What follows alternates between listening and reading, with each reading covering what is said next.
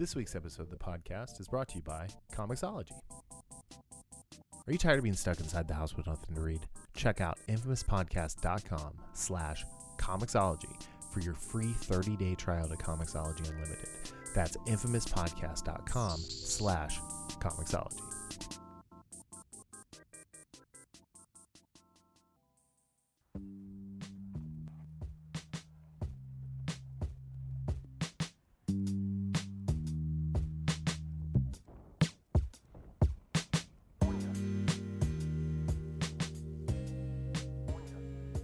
Hey, welcome back to the Infamous Podcast. This is episode 232, Decoherence for Days. This is Brian. I'm Darryl. You were a little slow there. Are you having Decoherence? You have to lead in a little bit. You know, like I'm Brian, and no, I don't do that. And kind of like here's Johnny. Yeah, man. Come on now. That's a that was a bad name to pick right there. You know, a little ironic.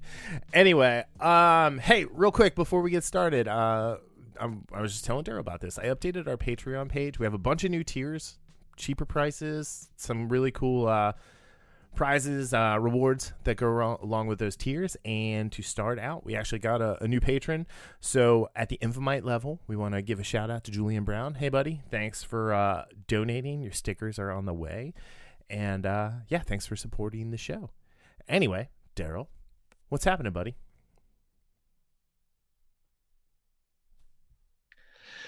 Just another Thursday, rainy Thursday in the tri-state. Are you sure it's Thursday? Friday Junior.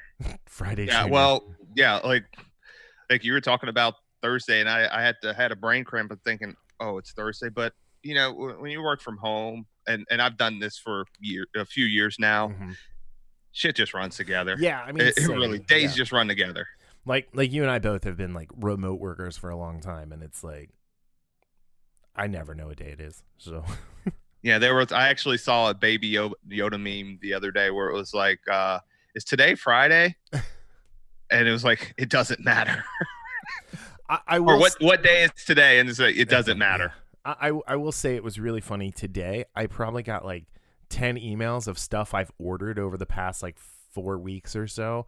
And like everything shipped today. And it's like, okay. Like I kind of like, it's like, oh, I forgot I ordered that, you know, sort of a thing. So yeah, it was a really weird Thursday. Anywho. All right. So today we have some news bites to get into, talking about our favorite subject, movies, and what's happening with the American box office and when are things going to come out and whatnot. And then we're going to talk about episode 6 of season 3 of Westworld, Decoherence, which was a pretty great episode. But yeah, so first let's hop into the movie news. So according to Deadline, the Batman is moving to October of 2021. How do you feel about that? That's something that when was it? Was it June? Yeah, it was supposed to be June of 2021. Yeah. So I mean, it's pushed back a bit, like not a ton, but enough to be, you know, weird. But I also think that date makes more sense. I agree. I 100% agree like on you that. put it in that October. Like I would even like push it all the way back to November and put it in that old Harry Potter Thor pre-Thanksgiving weekend. Yeah, it was supposed to be June 25th. But you know, the whole October thing, okay, it makes sense. It gives Matt Reeves a little more time. You know, we have another year, a little more than a year and a half. But yeah, and I guess they're gonna relocate to London. Or they're finishing in London instead of relocating. So, and it says here a quarter of the film has already been shot. So we'll see what's happening. But that's not the only change that's happening. So Baz Luhrmann's Elvis Presley movie starring Tom Hanks had an October 1st date, and it's moving to November of 2021. I think it was an October 1st of this year. But it's going to go up against Doctor Strange Multiverse of Madness. You. That's that'll be an interesting one. The other things I don't know. I know. So what? So I'm trying to think of off the top of my head. I know Marvel did a lot of switching around of their movies. Black Widow's the one, November. Mm-hmm. And they did push back several of their other movies. I think they took one off or was that Sony that had an untitled movie for October of Yeah, Sony took one off, I believe. And then but yeah, like there's a Will Smith movie that was supposed to come out this October and it's coming out next year, 2021. Lisa Joy from Westworld, her Hugh Jackman, Tandy Newton, Rebecca Ferguson sci-fi movie Reminiscence is now going to be April 2021. And Lin-Manuel Miranda's animated musical Vivo has been moved as well, and it'll end up going up against Reminiscence. So yeah, I don't know, it's just really interesting to see all this stuff getting moved around. And my question is like for something like Black Widow, why push it all the way back to November? Why not push for that August September timeframe, because you can always move it again. Right. And I know that Wonder Woman is. I believe Wonder Woman is the first week or second week of August. Yeah. But like you said, doing it in that September time frame, and again, if you want to push it back, push it back. I think it's easier to push something back than move it up a couple months. The other thing, DC, the Flash movie will go a month earlier in 2022, going out in June instead of July. And then Shazam, which was supposed to be April 2022, will now go November 4th, 2022. And that's only 6 weeks out from Aquaman 2 in December of 2022. So, and then you saw how Venom, that's the other thing. Venom got pushed back. Venom 2, I should say. Let There Be Carnage got pushed back to June of next year. Okay. So, which, if everything falls in line, that's only a month before Spider-Man 3. Right. Yeah. So it's, I don't know. Like, I get it. So, but I'm curious if they're going to start pushing some of these other movies back. But then you run into Tom Holland, for example. It's only going to be like this cute little kid for so long before he kind of starts growing out of whatever stage they have Peter Parker at the moment. And, all of a sudden it's like, okay, he's like looking like a teenager, and then, he looks like a grizzled dude with a beard. So I don't think he's ever going to have a beard. I get it. But I'm glad you brought that up, because right? What'd you say? You get what I'm saying. Yeah. Well, it's interesting you brought that up, because on Tom Holland, I just saw a bit interview with him on Kimmel. I think it was Kimmel. And he was talking about, with everything that happened, they were only in day one of shooting the Uncharted movie. And that's getting pushed back. And he was supposed to start filming Spider-Man, I think, later in the summer. Yeah. So, again, based on box office, Uncharted is probably going to get the shaft, because Uncharted, another comic book, another video game movie that may or may not suck. Versus, wait, is he Nathan Drake? I think he's a younger Nathan Drake, and Mark Wahlberg is going to be Sully, I believe. Okay. I haven't kept up with it much. Yeah, I don't know. I mean, like, that movie has been a start-stop for years. Right. I mean, if you remember, like, Nathan Fillion was attached to it at one point. Who would have been perfect. Yeah, 10 years ago. Yeah. Oh, yeah. That's what I mean. He's like 75 years old now. There's no way he can play that part. Well, dude, he's playing a rookie cop. Come on now. I love that show. Yeah, but he's like a 75-year-old rookie cop. So, all right. So in other kind of DC Marvel news, James Gunn actually is saying that Guardians 3 and Suicide Squad 2 releases won't be delayed at all because he's so far ahead of schedule. So when are those? What are the release dates for those? Let's see. So Suicide Squad 2 is August of next year. Okay. And Guardians Volume 3, I'm not seeing the date in the article. but I mean, like, before Guardians 3 comes out, you've got to do the Shang-Chi movie, Doctor Strange, Thor: Love and Thunder, and the Eternals. I mean, do you really need to do Shang-Chi? Why not? I mean, it's, I don't know. Shang-Chi's a really interesting character, and there's a thing in Spider-Man with Spider Island where Peter lost his Peter tingle, and Shang-Chi taught him kung fu so he could like react to things and not, because he always relied on his spidey sense. And it was really, really cool, and it was kind of like that whole Neo moment in the Matrix where he's like, "Oh, I know kung fu." But it's I really actually cool. I saw a panel from that a while back. I think part of my hesitation on the whole Shang-Chi thing is, and I don't even remember who they have playing him. I think it's more about the whiplash I got from season 1 of Iron Fist, which was so incredibly bad that. So I'm going to defend Iron Fist for a second. The bad thing about Iron Fist is that Finn Jones did not take the martial arts seriously, and he was hurt and refused to let them like really use a stunt double. And then on the same instance is when he came in hurt, they should have said, "All right, you're out." Like, where we need someone who can have the physicality for this role. You're not good enough of an actor to pull this off. Yeah, and don't get me wrong. I'm like, season 2 was vastly better.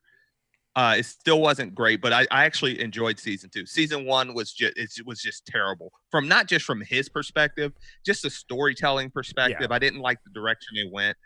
So it wasn't just him. But you also have to remember the showrunner from season 1 was the Abomination, who was the showrunner of the Inhumans.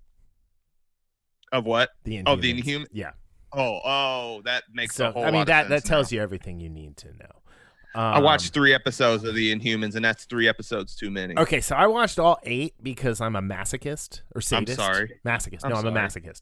And I really love the Inhumans. I think they're awesome. They're an awesome like group and everything. But man, if they did not waste Anson Mount on Black Bolt for where he should have been someone else in the Marvel universe, Professor X,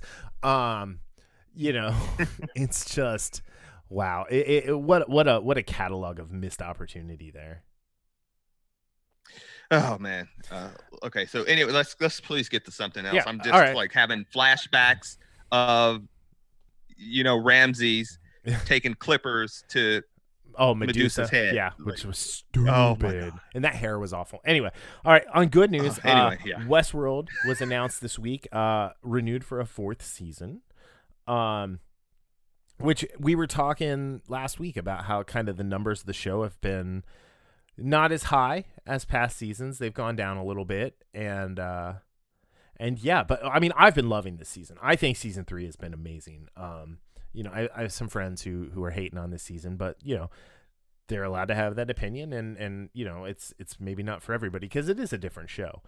And one thing I will say, like going to different message boards over the random weeks and stuff with articles about Westworld, I see quite a few comments talking about, "Hey, I gave up after season 2. Season 2 was just like chaos for me, and I'm not going to even entertain season 3, or I'll check out season 3 later." To quote Littlefinger, "Chaos is a ladder," and season 2 was the ladder to bring us to this amazing ass season 3. Yeah.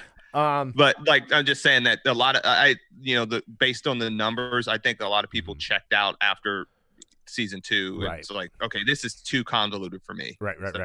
No, I get it. Yeah, season 3 so far has been, I've been loving. After first 2 episodes, as I thought were okay, but ever since week 3, man, it's just hit after hit. You didn't hop in with both feet like I did. No, I was all ready to go. I was all in all the time. Yeah, so I don't know. I'm excited to see what happens in season or in episode 7 coming up. But before we get to episode 7, why don't we talk about episode 6, Decoherence? Unless you have something else you want to talk about. Oh no, let's dive right in. Okay, so the tagline for this one is, "Do a lot of people tell you that you need therapy?" So you want to break this up into a couple of arcs, right? Who do we want to talk about first? Well, let's actually. Well, that's a tough one. I would say Maeve actually had the least amount of screen Okay. time. I was gonna say let's start with so Maeve. Yeah. Okay. So Maeve's story this week is really interesting. We revisit World, and she has a little more control over the simulation than she did last time. And she works out some aggression there. Yeah, I was kind of waiting for her to say, "I know kung fu." Well, she didn't have to tell us. She showed us like a good storyteller does. That she knows kung fu. Remember, show don't tell. But yeah, so I love the idea of her getting killed in Tokyo, or Singapore, wherever they were, and she died. That body died, and I was listening to another show, and they were wondering like, how do hosts die? And she says, well, when you get stabbed in the heart, and like any machine, like when you lose that like hydraulic that is pumping whatever it needs to pump through your system to get it to work, whether it be blood or gas or air, like that body bled out and like no longer was able to function. So one of the things that they've always shown is as long as the control unit survives, the body survives, or the host can survive because they can rebuild the body. So yeah, I mean, like, so the Delori version of Masusha, how do you say it? Oh, Masusha. I ruined it for you. Musashi. Thank you. Musashi didn't like cut the head off and destroy the brain. He just stabbed her. They stabbed her in the heart. But no, Maeve's story, like I freaking love the Maeve Lee Sizemore story. I love. Yeah, that's one of the things I had. I at first I wasn't sure how I was gonna like. I mean, I did like him in last season, or season 2. And he's kind of like that perfect, I don't know what you would want to call it, like just addition to her story, kind of, he's almost a stand-in in a way for the audience, just kind of going along because he's figuring stuff out too. Like when in this episode this week when he said, "Oh yeah, when I finally figured out that I was dead," or what have you. Yeah. One of the things actually.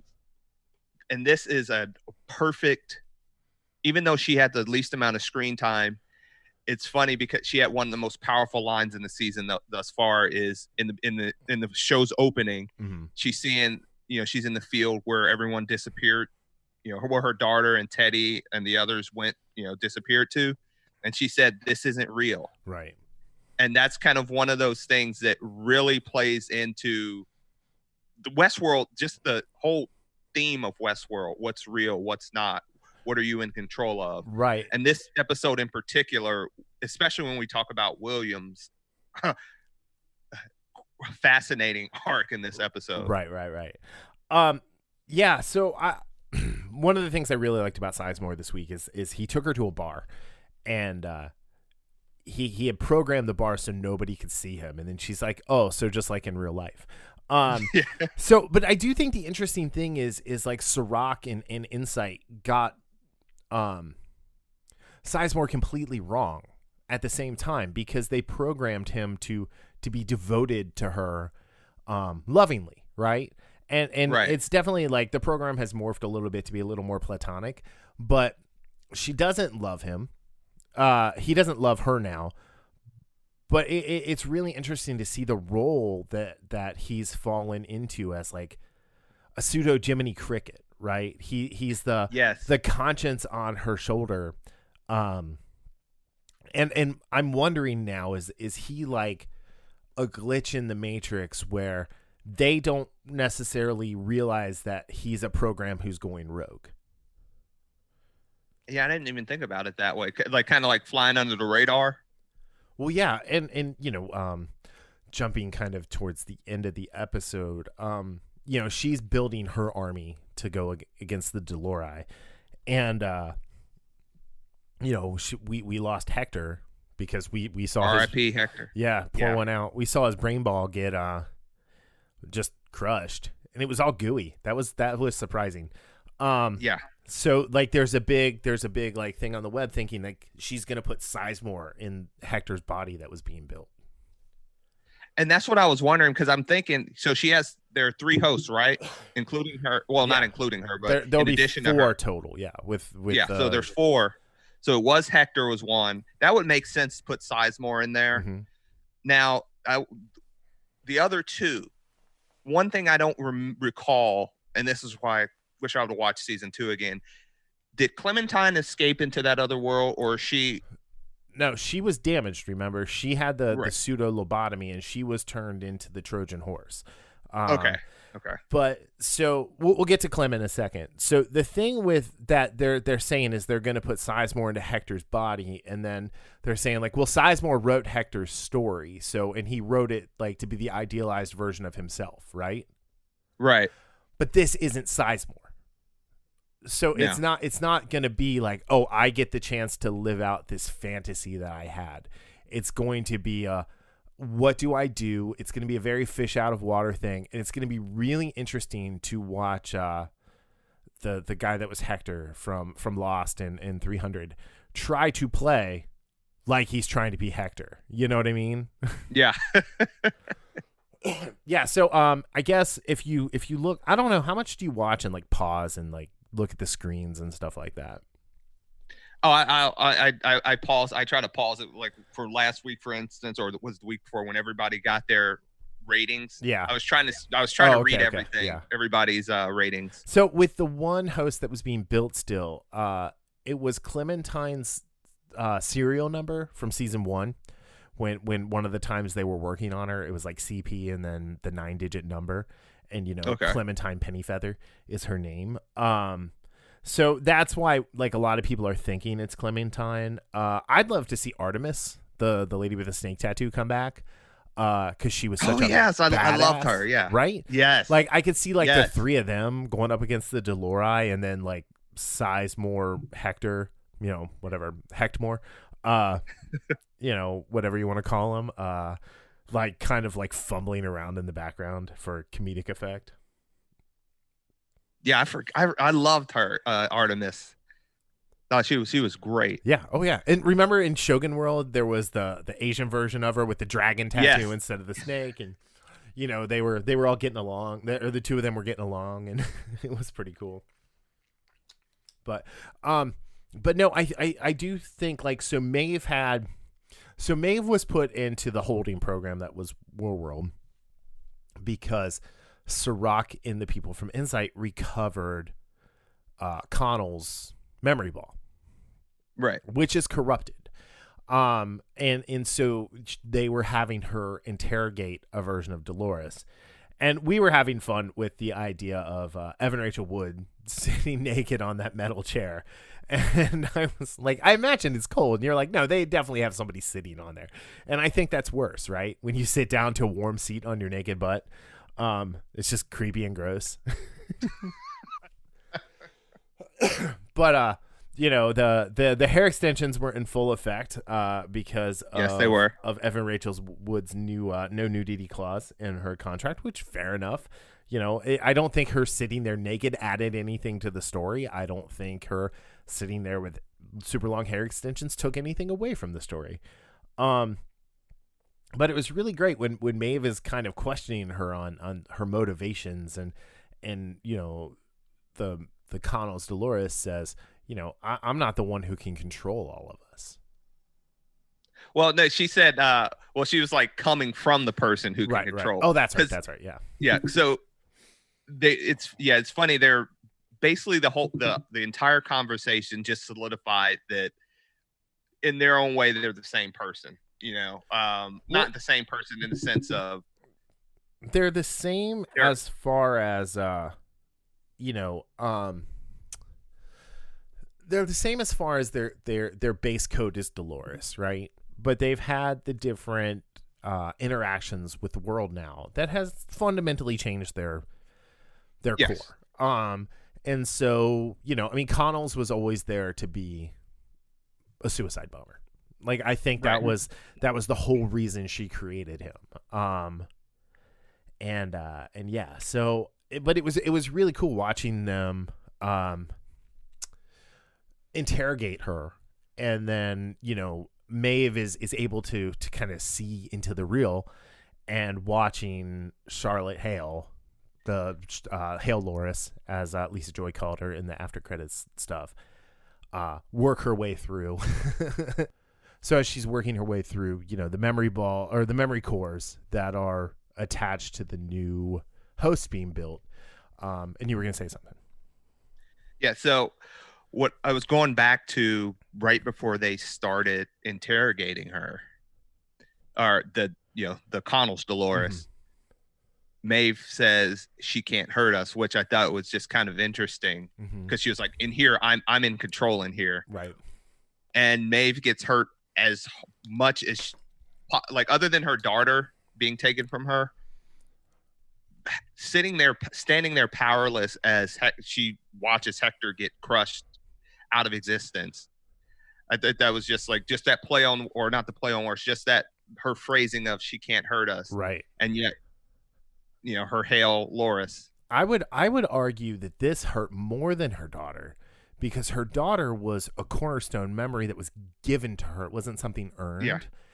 And her feelings for Hector came about organically, and were true and deep. And remember, she went back for him when she didn't have to. Yeah.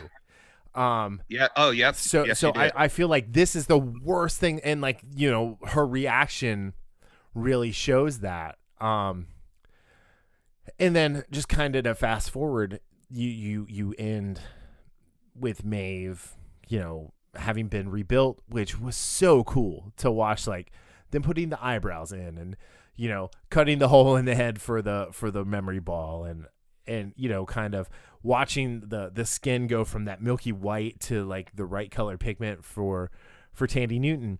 And then she's standing there, and she has a very smug, knowing look about her. And it's interesting. That's could be a nice segue into the other powerful arc in this episode, which is going to be one of her adversaries, is Hale. Yeah, and before we start talking too much about Hale, I just want to give a shout out to Tessa Thompson's arms in this episode. I mean, girl is jacked and looking good in that pantsuit, sheer silver top, gold top thing that she had on. Yeah, I've been a Tessa Thompson fan since Veronica Mars, but wow. Yeah, I wasn't a fan of the jacket she had on with that. I thought that was pretty bad. But when she took it off and she was like, yeah. But check out these guns, son. When she's going John Wick on the Insight Security. Yes. But yeah. So it's I think Evan Rachel Wood is an amazing actress. So when I say my next sentence, it's not downplaying her or Head Harris or Aaron Paul or anybody else on this show. Tessa Thompson is the best actor on this show, because she goes from badass to doubting mouse to mother hen or mother lion back to badass so effortlessly. And at no point do you not believe any of the different personas that she's playing. Yeah. I think it's, again, I think you could argue overall, but I would say I don't think it's actually a question based on season 6 who's been given the heaviest load as far as the acting performance, and it's her. Oh, yeah. It's absolutely her. I think she has and we'll get to William, but I feel like the Hale Loris character has been giving a really compelling story about how much of the story that you're given, that and the part you have to play, how much of that becomes you versus how much of yourself do you bring into it. And, we never saw Dolores interact with kids. And then here we have Hale Loris killing a pedophile in the park and stealing his dog. And then that was the thing that ended up giving her away, is she checked in on her family, and Serac was doing the mole hunt throughout Delos after he bought it, and that's ultimately what gave her away. But which really says something, that her in this form is more human than the original Hale ever was. Right. And I mean, the original Hale was the mole for Insight. So like to be the other side of that double agent where now she's the mole for Dolores, or the Dolori, you know, it was really, really quite cool. And I think, you know, when she was walking in the park with the one board member, what has that guy been in? He was in something where he was a bad guy and he was awesome. I remember him, the board member that got shot in the head. But like when he gets killed, it's like she expected it. Yeah, I don't know, like, because like her reaction. Well, I think she knew she had to, because she could have defended herself if necessary. So it was one of those things where she was surprised but expecting some type of, or knew who they were at least. Yeah. So I mean, I think it was just one of those things where it was yeah, I don't know. It was just like I think she was trying to keep her cover going and everything, and yeah, so I don't know. It was really cool. And the conversation she has with Dolores Prime in the car, where, and again, you were talking about how Connells was the suicide bomber, and you know, she tells Dolores, she's like, I can't do this anymore. Right. I don't need help. And then she was like, you know, you can do that. And then you know, Hale Laura says, oh, like Connells, did you tell him that too? You know, did he know he was going to die? Yeah. And then at the end, even after Dolores gives her the pep talk, she tells her, she's like, I can feel myself slipping away from you, from us. Right. And it's all about that, you know, that development of, like you said, being around the kid, being around, you know, husband, and just that the change that certain things, certain events in your life give you. And it's also kind of interesting where, and it kind of leads to what, you know, Michael Ealy's character says when she comes home, and you know, she asks if she asks him if he read his profile, and he's like, no, I didn't, even though I wanted to know what happened between us. And he tells her, he's like, it's our choice, Charlie. And that kind of sums up a lot of what Hale Loris's arc has been. Like, she's making these choices based on, you know, previously, I guess you would say, unexperienced situations. And she's finding like that deeper part of her, because she also said, I wish we could have burned these emotions out of us. Right. Yeah, right. And Dolores is kind of like, no, we need them. They're what set us apart. The board member, it was Russell Wong. You may remember him from Romeo Must Die and New Jack City. Yeah.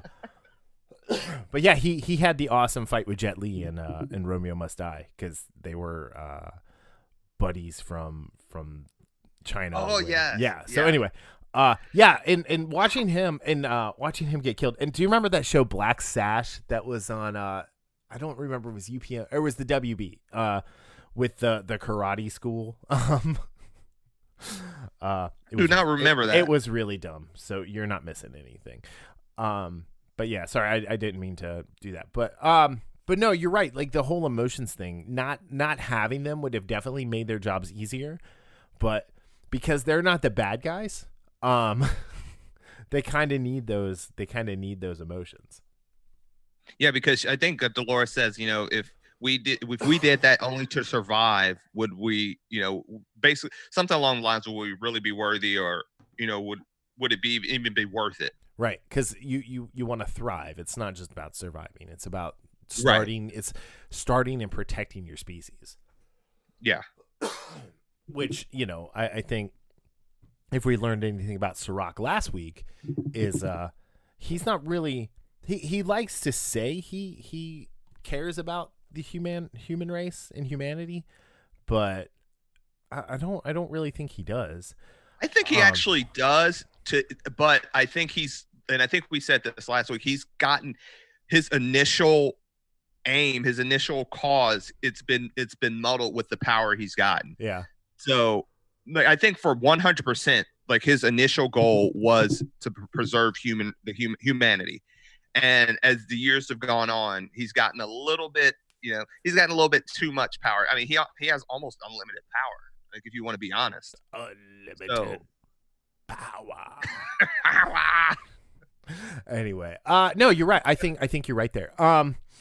Yeah. So and then I think the way, so when Charlotte is trying to save the Delos deal to send it private, and she realizes it's not going to happen, she saves the host building data on direction. So I'm curious as to how does Dolores not already have that? Because she obviously had to build a bunch of bodies in the real world. And we saw in Bernard's old house the machine without any of the white milky host making substance. Right. But is she going to start building other people and bringing in more than just herself? Yeah, I would have to believe that's what she wants to do, because if not, I mean, I know there is that, the other world, but I don't think that's her goal to, send all the hosts to, that other plane. And I don't know. No, I mean, she said like, this is their world now. Like the real world is the host world now. Yeah.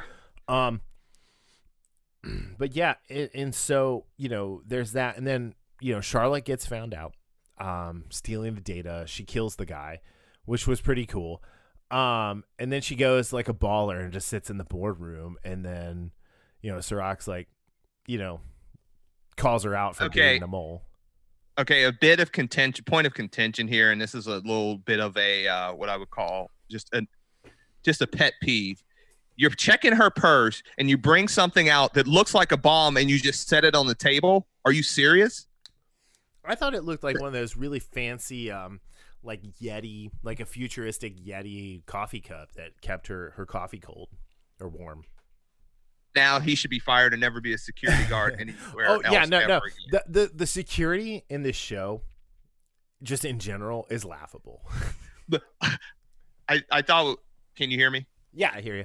Okay, because I got that message again. But it's funny when you were talking about the guy that saw her transferring the data. Mm-hmm. He sounded like a junior high schooler. I am going to tell Sirach what you're doing. Right. Like, really? Are you? Okay. But that just sounded so petulant. Like, I'm going to tell the boss. Right. I'm telling mommy. He was like Candace from Phineas and Ferb. But let's talk about Ed 209 on steroids, dude. Hold on. Let's not even like call this thing Ed 209 on steroids. I mean, this was a freaking bulldozer with legs that was freaking badass. Because Ed 209 sucked. Like his biggest weakness was stairs. Yeah, actually it was. Like this thing wouldn't stop at stairs. It would be like, yeah, no, I got this. I'm just gonna bring the whole building down. Yeah, that thing was awesome. Just like tearing through, and when she brought it out and it kind of put itself together through the shipping container was really neat. And again, I know we didn't talk about it, but again, just the visual, the cinematography, the music, just all the technical stuff this season has just been, they've been knocking it out of the park. When you talked about how they showed Maeve getting built, like all the eyebrows and all that stuff, that's just another part of it. Yeah. Well, I think Hale Loris's elevator and hallway fight are on par with the Winter Soldier and Daredevil. The elevator especially, where it was just the movements were so crisp. She actually, whoever that stunt double was, because there was a part where you could tell the stunt double. It kind of, she moved, and I don't think it is, but it moved like I forgot her first name, but it's Moneymaker, which is Scarlett Johansson's stunt double. She moved like that. Yeah. And again, I don't think it's her, for obvious reasons. I think Tessa did some of that because you see her. Well, she definitely did. Yeah. But like when she came out of the jacket, that was Tessa Thompson, and she crushed it. But like the violence that came out of Charlotte, or up against of that host against the guy in the elevator, like, it was kind of, I hated the scene in Blade Runner 2049 when Batista was fighting Ryan Gosling, because like in no world does someone who looks like Ryan Gosling ever beat up someone who looks like Dave Batista. But like here I bought it. I mean, it was like watching like Alias or something like that with Jennifer Garner, or watching like you said, Black Widow taking someone down. It was just the visceral nature of it, and the way how quickly she flipped that switch. I think it was really beautifully shot and choreographed. And then I questioned why she had to shoot him in the head, why she didn't just snap his neck. But like still, I mean, that's where we got into the whole John Wick montage. Yeah. Yeah, that was the choreography in this episode was pretty tight. There weren't too many examples where I was like, that could have been a little bit better or what have you. I just thought that was, and again, props to Tessa Thompson for that, as well as whoever the whole stunt team, coordinator, the stunt team in general, like not just like for her character, but the stunt team in general did a great job. But then, like, I mean, you being a practitioner of jiu-jitsu, like I can understand where you'd be a little more critical of any of that stuff. But then she gets away, or she gets captured, and she gets away. And she goes back home. And I question the logic, and I think it's because this version of Dolores is just months old. And hasn't had the time to build up like the algorithm about how to act in the real world, thinking that I can just go home. And she goes back to her ex Jake and her son Nathan, and they decide they're gonna run off, and and you said like, were you I was expecting that. No, honestly. I wasn't. I did not think they were gonna kill a kid. We're so trained now, like by these things to be safe, that when we see something like this, like the stakes that were involved with killing Nathan, was really, really like, and this is gonna sound sick saying this about a kid. It was really refreshing to see like there were no sacred cows and no plot armor protecting that family. Yeah, one of the times I actually. And this is not a great movie, but the second Alien versus Predator movie, where the father and son, they were hunting, and then they both get, egged in the face. Yeah. And the aliens burst from the kid too. And I was actually surprised. I remember seeing that movie, and I'm like, wow, they actually went there. It was like Brightburn, right? When he shot Roy from The Office through the head with the laser beams, laser eyes, laser vision. You didn't expect that, right? And you certainly didn't expect him to like shoot through the back of his head. Right. That was just something that kind of added to the horror of the movie. But with this, I mean, you get that, and then you have her, I can protect you. Well, and so you have her, saying she can protect him, and she can't. But then you have her crawling out of the wreckage. And I don't know if you've seen like the picture for this season, but it's like a burnt up host, like in a desert area. And so it was very, I haven't. It's very reminiscent. Yeah. It's very reminiscent of that image, what we got. But then we also have a Dolores who is fundamentally changed, who developed feelings for Jake and Nathan. And now we're going to see what she does to Sirach coming out of this. Or is she going to hold Dolores accountable? And think about this. So she has that, and now Maeve has more of because she knows which version of Dolores, even though Dolores Prime is running all of this. Right. Hail Dolores is the one that actually killed Hector. Right. Yeah, So is she gonna have beef? I did see another like theory that like Hale Loris was gonna team up with Maeve, and I'm like, yeah, that's too hokey. That's yeah, Fast and Furious 8 with Jason Statham coming to work with the crew, with the family, Mi Familia, and you know, after killing Han and everyone being okay with it. So yeah, no, I don't see that happening. Maeve is very much an eye for an eye kind of gal. oh, absolutely. So God, I love Tandy Newton. She's just so good. Like, um, I love the fact that they've put this show firmly on the shoulders of Evan Rachel Wood, Tessa Thompson, and Tandy Newton, and they This is are the important. crushing it. And this is the important thing. it. This is the most important. It's not that for me. It's that it's organically done. Yeah. It's nothing. Oh, yeah. It's and as long as something is done, I don't care what you do in a movie or a TV show, as long as it makes sense and it's not to check off a box. So I'm gonna. As long as it makes sense from a narrative perspective, do whatever the hell you want to do. Yeah. So I was thinking about something earlier today. When it came to these three, is because Dolores is Superman, right? She's kind of boring. She's all powerful. She can't be stopped. But she's still awesome, and I love her story. And then Tandy Newton is Batman. You know, like Maeve is you know, working in the shadows and doing what she needs to do. And then like I don't even know who Charloris is. Like she's like Green Arrow, who's kind of doing everything kind of right, but then messing up. And then she made a mistake where now she's gonna have to like go like longbow hunter on everybody. So Longbow. You know, it's like I don't know. It's just kind of I was just like, you know, just everything goes back to comics, right?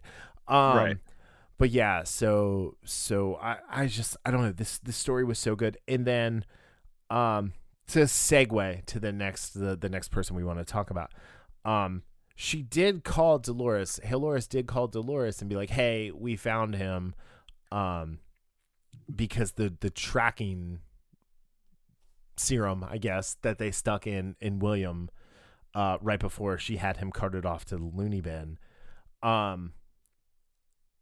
And so yeah, I was listening to another podcast talking about this, and so they're like, well, wait, they had to wait for them to scan his blood. No, that's not how those kind of things work. They knew where he was all along because they gave that information to Stubbs and Bernard, right? Right. Like Connells gave them like, hey, this is where they are. It was just a matter of like, hey, we know he's here. They scanned him. It's time to get him out. But William, the William story this week was such a great thing, and I'm so happy that they kind of closed out on that. Right.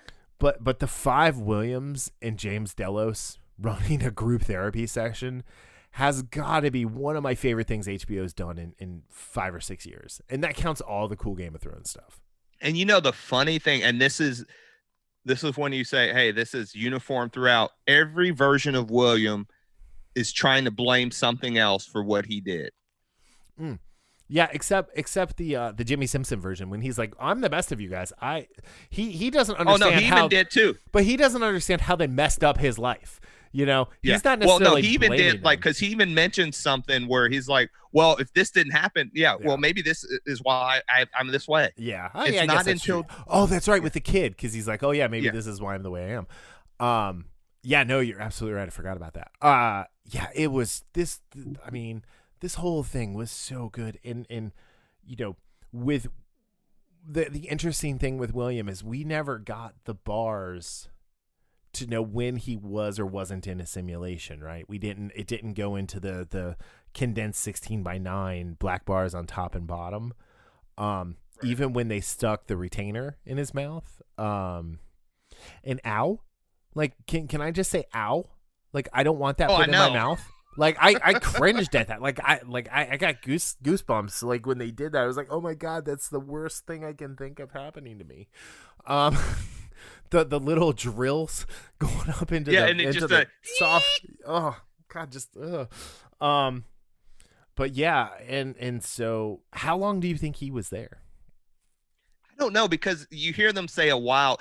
And I'll say this: when I first saw this, I was a little again perturbed with okay, all this shit's going on with everybody finding out stuff, and they're still doing this with him.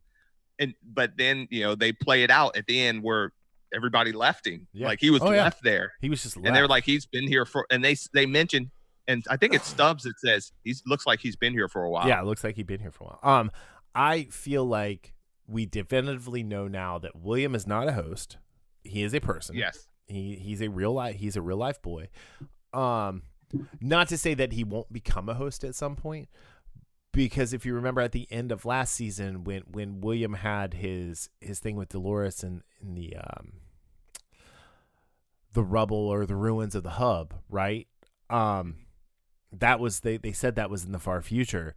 So I feel like that is where he's going to go. And as they get him out of here and they end up back on the island, like he will end up a host before the end of the season. Yeah. And one of the things I just got from this, and we've talked about this a lot this season about choice, destiny, control, or choice and control. And one of the things, I think it's the Delos, who as the mediator, he was great. Peter Mullen was so good in that role. It's not all about you, Yeah, like when he's the kid version, he's like, what did I do? I never did anything wrong. And they're like, oh, really? And then they get that memory of where he broke a kid's face and knocked teeth out. Because when they first show that, you think his father was going to beat him. Right. Just because. I like that little swerve. It gives it shows that he was actually a little psycho early on, it seems. Yeah, he's not getting beat because his dad has a problem. He's getting beat because he's a little shithead. Yeah. But and again, this goes back to everything that we've been talking about for this season and the first two seasons about destiny or choice, and what William says. And I mentioned this about, and we talked about this regarding, Rehoboam and, if you have control of your life or not. And he says, choice versus choice or destiny. If you can't tell, does it matter? Right. Right. I mean, and that's been one of the central themes of the show all along. Like when Jimmy Simpson William asks, "Is it real?" and like when he asks, "Are you real?" and when he's first going to the park for the first time, and she says, "If you can't tell, does it matter?" The concierge host who lets him pick white or black, and he chose white at first. And it's really interesting that it comes back around. So we had the family man, the face of Delos William. We had young William. We had Jimmy Simpson, all ambition William. And then we had the man in black. Like literally the pinnacle of the man in black. And, then we have William sitting here, the current William, in all white. It was very, very interesting to see the shades of gray that led to him being the man in black, right? And then what it took for him to have his Vader moment and come into the light, or his Ben Solo moment, I think is probably a little more accurate, because he's going to run off and save the day, because he says, "I'm the good guy." Right. And it's like, no, you're never the good guy, buddy. You're not the good guy. You keep saying that, but I don't think you know what it means. Sort of a thing. But it's also that, and I'm not necessarily calling him the villain, but all the good characters, good, bad, or like you said, in the shades of gray, they're the heroes of their own story.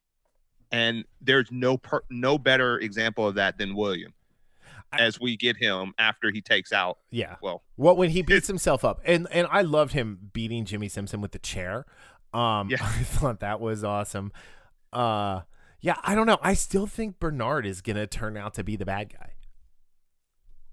I'm still not. I think the way he so freely changes Stubbs, and the way he so freely has been trying to like identify other hosts and turn them to his side against their will. Because remember, Stubbs finished his core program. He was just ready to end it. That was his destiny. That was what he was supposed to do. that was his choice to follow through on, and Bernard took that away from him. And then But- Bernard never took the time to fix him. And I guess part of that is like Luke Hemsworth actually has a hurt shoulder when they were shooting this, and they just kind of wrote it in. Okay. I read that somewhere. I don't know. That's just internet like half-assed, bullshit. Half-assed internet research. Is that what that's what they called it on? Isn't that what they called it on the rewatchables? Rewatchables, yeah. We'll just call that conjecture. How about that? But yeah, the whole thing. But man, I forgot how much I missed the James Delos character being that. Oh man, he is great. Being the anti-Jiminy Cricket in William's head. Yeah. He's the Sith version of the Jiminy Cricket. He's Jiminy Cicada. But like to your point about, and I know you've been tooting this about Bernard for a while, and it makes some sense. It would also basically show you that once again, the hero of your own story, even if you're the villain. Yeah.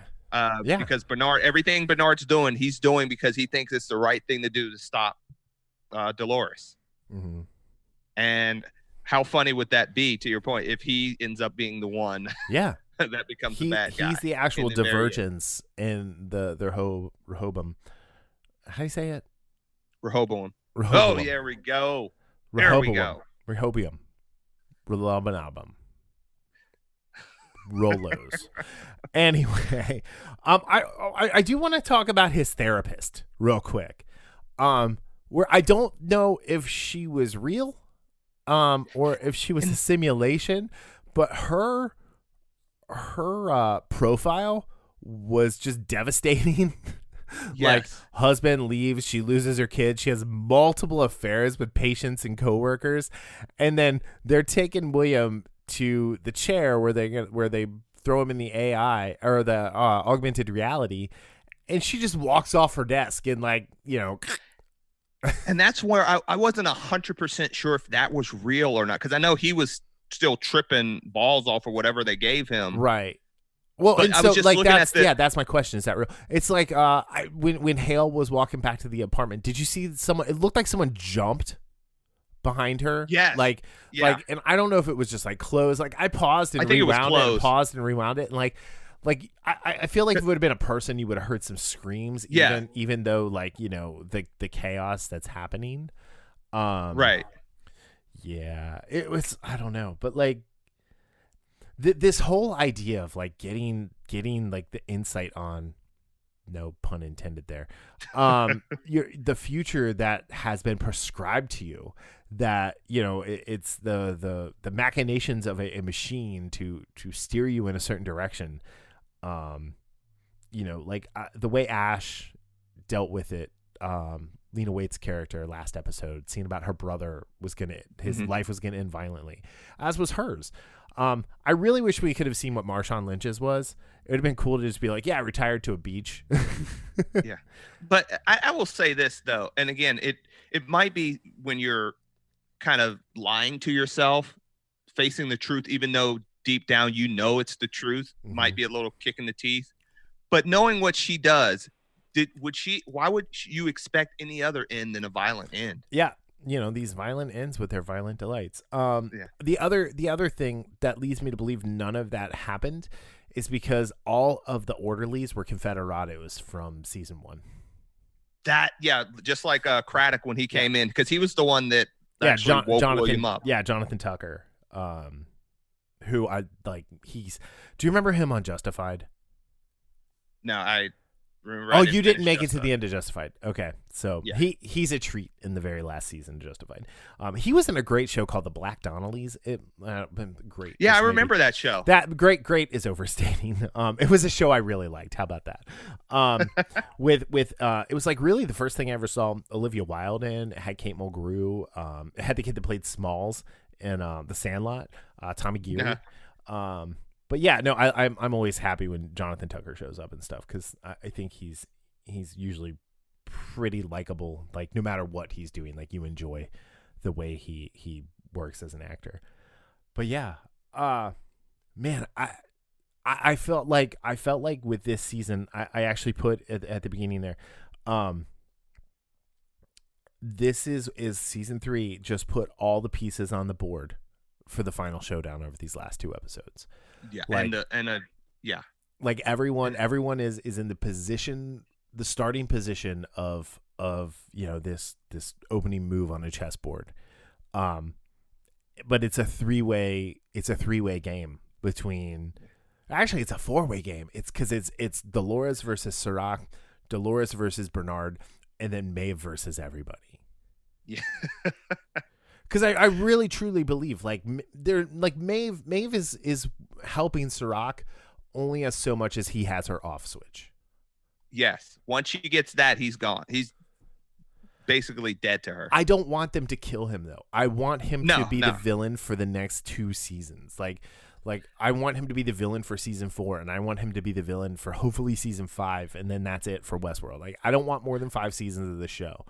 I don't want less than 5. Yeah, I don't want less than 5 seasons either. So let's put it that way. You like the 5 seasons? Buffy, Supernatural. Dude, I think if you can tell a really good story in 5 seasons of television. I think when you get beyond 5 seasons, you start losing what made your show your show. Well, especially if you're trying, if from start to finish everything is tied together. Yeah. That and that's how this is going to be. Like a show like this. Yeah. Yeah. I mean, Buffy was tied together. That was a definitive end to that show.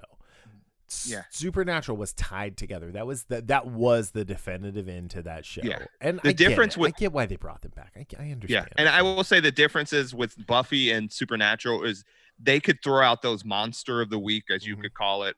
Supernatural's lore is just so ridiculous now, in a good way. I mean, I like, although some things I'm just like, eh. But like, you look at like a show like Grimm, for example, right? It went like 5 or 6 seasons. It didn't need any more than that. Yeah, it really. And I'm not going to even talk. And let's not even talk about that last season, please.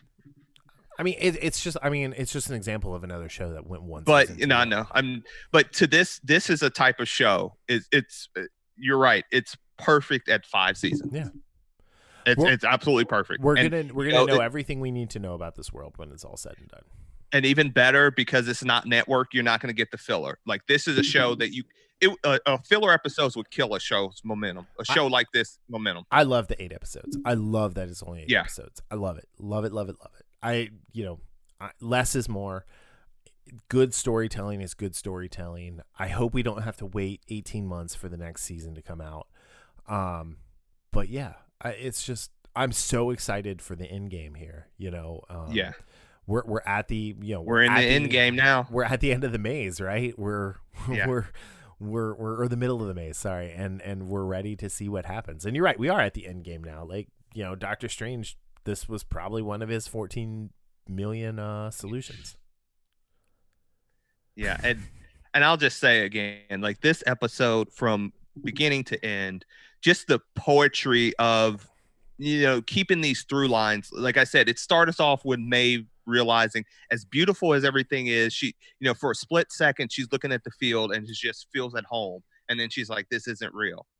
And then at the very end, William is like, destiny versus choice. If you can't tell, does it really matter? Yeah and that is just like perfect bookends, just from a thematic perspective. Yeah. And they've done this all season long.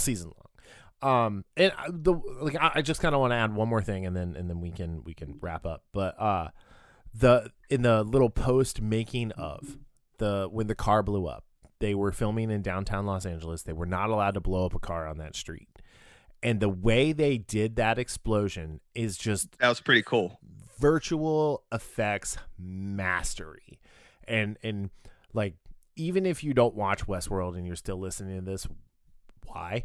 But but like, go check that out. Like if you don't watch Westworld, go, or if you're not enjoying the season and you're not sticking around for those things, go watch that little 5-minute vignette about this episode, and it's just really cool, even if you're just at all interested in filmmaking. All right, what are your final thoughts on the episode? were maggots eating a corpse.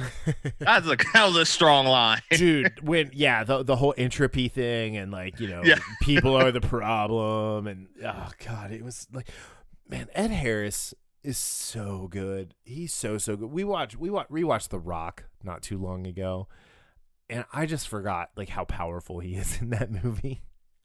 Yes. And I mean, that is a dumb movie. It's a good movie. Don't get me wrong. I love that movie. It is same, but it is a dumb movie. Yeah. But it's a Michael Bay movie. Well, yeah. I mean, but that was Michael Bay before, like when Michael Bay was cool. When it was cool to like Michael Bay movies. Now it's not so much. He was in the infancy of Bayham. Bayham. He was a Bay. Anyway, yeah, no, I mean, I've been loving this season. I know you've been enjoying it as well since you got past the second episode, but yeah, I think when it's all said and done, when Westworld has written its final verse, we're gonna look back at the season and be like, this was the pinnacle of where this story went, and this is why we got the story that we got. So like, absolutely. Like looking at like. So, like, I was talking to someone today about Better Call Saul, which I have not started watching yet, which I need to start watching. But I did not like Breaking Bad at first. It took me 3 tries to get through that first season, and I really didn't like the show until Giancarlo Esposito showed up with Gus Fring. But I will say, having watched the first season 3 times, when season 6, well, 5B came around, it like they wrapped everything up. There was the bow that was put on it was because of what happened in season 1, and I feel like Jonathan Nolan and Lisa Joy are doing that kind of storytelling with Westworld, and like we're living in the good old days right now. Yeah, as long as they keep this going, I'm really good. Yeah, like really good. Yeah. See, like I said, season 2 for me at least, I think if I watch it again, I'll have better appreciation after this season's over. Go back and watch it from the start, season 1, 2, and 3. I think I'll have a better appreciation for season 2. Yeah. But I still don't think it comes close to what we're seeing right now. Right. Yeah. So cool. All right. On that note, I want to thank our new patron, Julian Brown, at the Infamite level for backing the show. You can find Darryl and I on Instagram. He's DJasper07. I'm Brian Tudor. You can find the podcast at Infamous Podcast pretty much anywhere on the web. Yeah. All right, dude. Any last words? Nope. Go Bengals. Draft day. Oh God, dude. No, I'm totally cutting that out. I'm kidding. I hope the Dolphins trade for Joe Burrow. Actually, what I really hope happens is the Patriots trade for him. The rich get richer. Anyway, all right. On that note, we'll see you guys next week. Later.